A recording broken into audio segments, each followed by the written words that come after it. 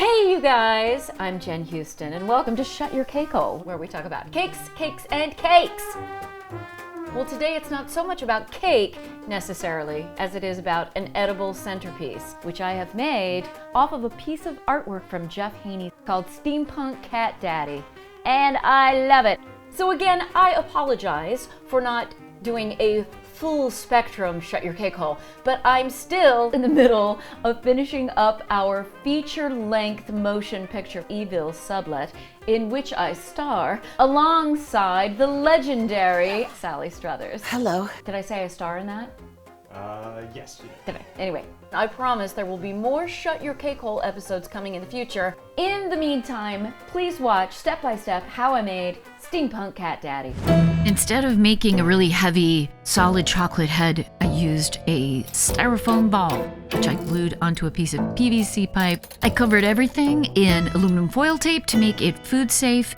My first order of business was to start covering that head with modeling chocolate and building up the shoulders. First order of business with the face is making the isomalt eyes, which I did with some isomalt, food color, and a little bit of edible gold leaf.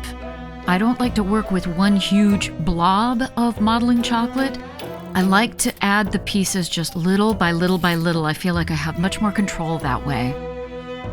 And for these snappy eyebrows, I used a 50-50 compilation of fondant and modeling chocolate, using some wooden toothpicks here to let them dry, which actually took a couple of days.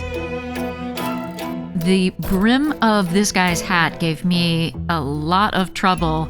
I settled on pastillage and just beginning the most rudimentary coloring of the face. Since there was no cake in this production, I cut out the top hat out of styrofoam. And in order to get that fondant to stick to my styrofoam, I just gave a nice little coat of some high ratio vegetable shortening. Just giving that top hat fondant a little coat of edible color. And now comes the fun part. With my homemade pastillage, I made a bunch of gear shapes. And once they're dry, I get to paint them with some edible luster dusts. And once those are all painted and dry, I just stuck them all around my hat. And once I got that top hat looking pretty good, I set my sights on building up the body, which I did with some Rice Krispie treats and some dark chocolate ganache. And with my leftover pastillage, I made a few little super cute steampunk mice for my little cat daddy to play with. And to be honest with you, I hadn't really thought through how this cat daddy was going to be holding a cup of tea, so I had to really get creative with some bamboo skewers. And once I got that teacup arm sorted out, I just started covering my entire little structure with a combo of 50-50 modeling chocolate fondant. And once I got my body built out to what I thought were good specifications, I started getting my little dude dressed. And that's just a fondant. Using some of my leftover gears for some of his buttons. My buddy cat was a little bit jealous that there was another cat getting a whole lot more attention than he was.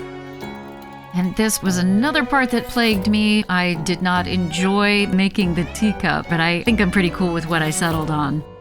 And lastly, another thing that I really struggled with was whether to give him steampunk glasses the way he's shown in the photograph, but I kind of fell in love with his eyes, so I settled on a monocle, which I made out of isomalt using some cool molds, and I rather like it. Thank you so much for watching, you guys. I had a blast building this Steampunk Cat Daddy out of pastillage, Rice Krispie treats, ganache, fondant, modeling chocolate, and lots of patience. And thank you so much to Jeff Haney for the cool inspiration. You guys gotta go check out his IG page, Jeff Haney Art. And if anybody tries to tell you that cats can't be on the table, you tell them from me I said to shut your cake hole.